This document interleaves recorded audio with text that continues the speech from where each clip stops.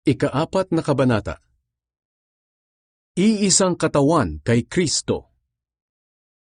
Bilang isang bilanggo dahil sa paglilingkod sa Panginoon, hinihiling kong mamuhay kayo ng karapat-dapat bilang mga tinawag ng Diyos. Maging mahinahon kayo, mapagpakumbaba, maunawain at mapagpaumanhin sa mga pagkukulang ng bawat isa, bilang pagpapakita ng pag-ibig ninyo. Pagsikapan ninyong mapanatili ang pagkakaisa nyo mula sa banal na Espiritu, sa pamamagitan ng mapayapa ninyong pagsasamahan. Sapagkat iisang katawan lamang tayo na may iisang banal na Espiritu, at iisa rin ang pag-asang ibinigay sa atin nang tawagin tayo ng Diyos. Iisa ang Panginoon natin, iisang pananampalataya, at iisang bautismo. Iisa ang Diyos natin, at Siya ang Ama nating lahat. Naghahari Siya, kumikilos at nananahan sa ating lahat. Ngunit kahit na bahagi tayo ng iisang katawan, binigyan ng bawat isa sa atin ng kaloob ayon sa nais ibigay ni Kristo. Tulad ng sinasabi sa kasulatan, nang umakyat Siya sa langit, marami Siyang dinalang bihag at binigyan Niya ng mga kaloob ang mga tao. Ngayon, ano ang kahulugan ng umakyat Siya sa langit? Ang ibig sabihin nito ay bumaba muna Siya rito sa lupa. At Siya na bumaba rito sa lupa, ang Siya ring umakyat sa kataas-taasang langit para maging lubos ang kapangyarihan Niya sa lahat ng bagay.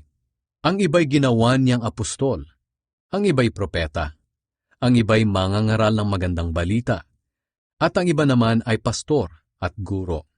Ginawa Niya ito para ihanda sa paglilingkod ang mga pinabanal at para lumago at maging matatag sila bilang katawan ni Kristo.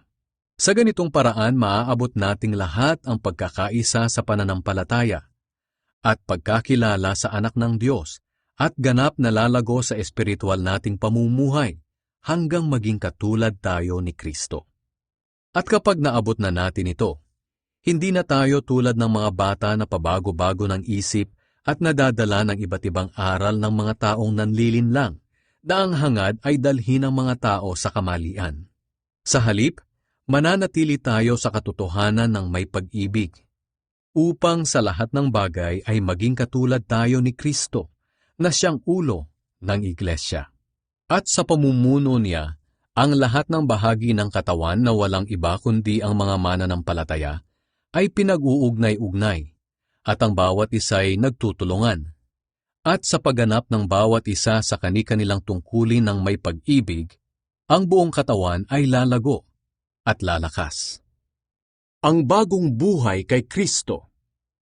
Sa pangalan ng Panginoon, iginigiit kong huwag na kayong mamuhay gaya ng mga taong hindi nakakakilala sa Diyos. Walang kabuluhan ang iniisip nila, dahil nadiliman ang isipan nila sa pag-unawa ng mga espiritual na bagay. At nawalay sila sa buhay na ipinagkaloob ng Diyos, dahil sa kamangmangan nila at katigasan ng kanilang puso. Nawala na sila ng kahihiyan, kaya nawili sila sa kahalayan at laging sabik na sabik gumawa ng karumihan. Ngunit hindi ganyan ang natutunan nyo tungkol kay Kristo. Hindi ba't alam na ninyo ang tungkol kay Jesus? At bilang mga mananampalataya Niya, hindi ba't naturuan na kayo ng katotohanang nasa Kanya? Kaya talikuran nyo na ang dati ninyong pamumuhay, dahil gawain ito ng dati ninyong pagkatao. Ang pagkataong ito ang siyang nagpapahamak sa inyo, dahil sa masasamang hangarin na dumadaya sa inyo. Baguhin nyo na ang inyong pag-iisip at pag-uugali. Ipakita nyong binago na kayo ng Diyos, at binigyan ng buhay na matuwid at banal katulad ng sa Diyos. Kaya huwag na kayong magsisinungaling. Ang bawat isa'y magsabi ng katotohanan sa kanyang mga kapatid kay Kristo, dahil kabilang tayong lahat sa iisang katawan. Kung magalit man kayo, huwag kayong magkasala, at huwag niyong hayaan na lumipas ang araw na galit pa rin kayo. Huwag ninyong bigyan ng pagkakataon si Satanas. Ang magnanakaw ay huwag nang magnakaw. Sa halip ay maghanap buhay siya ng marangal, para makatulong din siya sa mga nangangailangan. Huwag kayong magsasalita ng masama, kundi iyong makabubuti at angkop sa sitwasyon, para maging kapaki-pakinabang sa nakakarinig. At huwag ninyong bigyan ng kalungkutan ang banal na Espiritu ng Diyos, sapagkat ang banal na Espiritu ang siyang tanda na kayo'y sa Diyos, at siya ang katiyakan ng kaligtasan nyo pagdating ng araw. Alisin nyo ang anumang samaan ng loob, galit, pag-aaway, pambubulyaw, paninira sa kapwa, pati na ang lahat ng uri ng masasamang hangarin.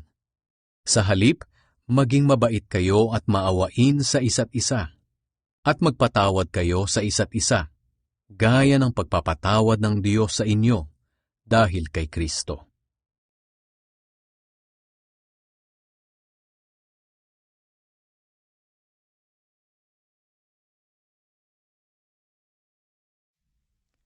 Ephesians chapter 4.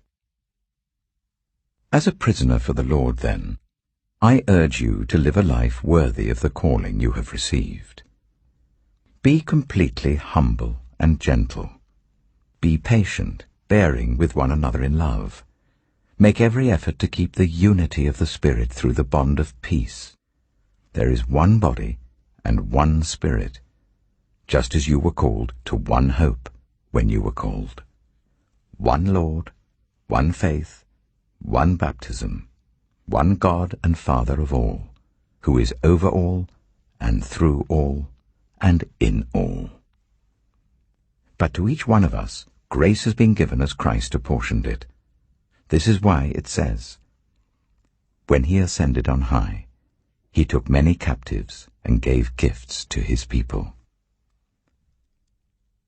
What does he ascended mean, except that he also descended to the lower earthly regions? He who descended is the very one who ascended higher than all the heavens in order to fill the whole universe.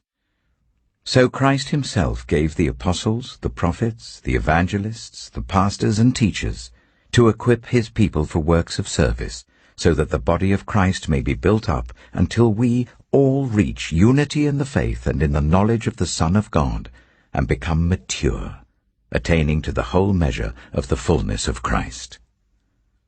Then we will no longer be infants, tossed back and forth by the waves, and blown here and there by every wind of teaching, and by the cunning and craftiness of people in their deceitful scheming.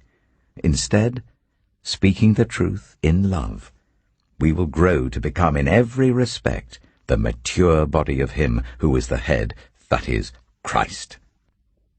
From him, the whole body, joined and held together by every supporting ligament, grows and builds itself up in love, as each part does its work. So I tell you this, and insist on it in the Lord, that you must no longer live as the Gentiles do, in the futility of their thinking. They are darkened in their understanding, and separated from the life of God because of the ignorance that is in them due to the hardening of their hearts. Having lost all sensitivity, they have given themselves over to sensuality, so as to indulge in every kind of impurity, and they are full of greed. That, however, is not the way of life you learned when you heard about Christ, and were taught in him in accordance with the truth that is in Jesus. You were taught, with regard to your former way of life, to put off your old self, which is being corrupted by its deceitful desires, to be made new in the attitude of your minds, and to put on the new self, created to be like God in true righteousness and holiness.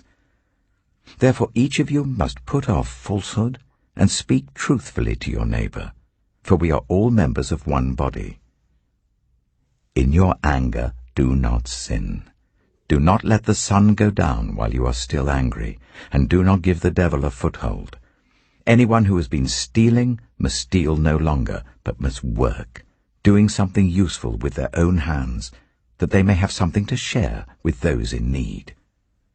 Do not let any unwholesome talk come out of your mouths, but only what is helpful for building up others, according to their needs, that it may benefit those who listen.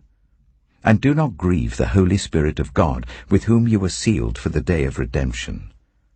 Get rid of all bitterness, rage and anger, brawling and slander, along with every form of malice. Be kind and compassionate to one another, forgiving each other, just as in Christ God forgave you.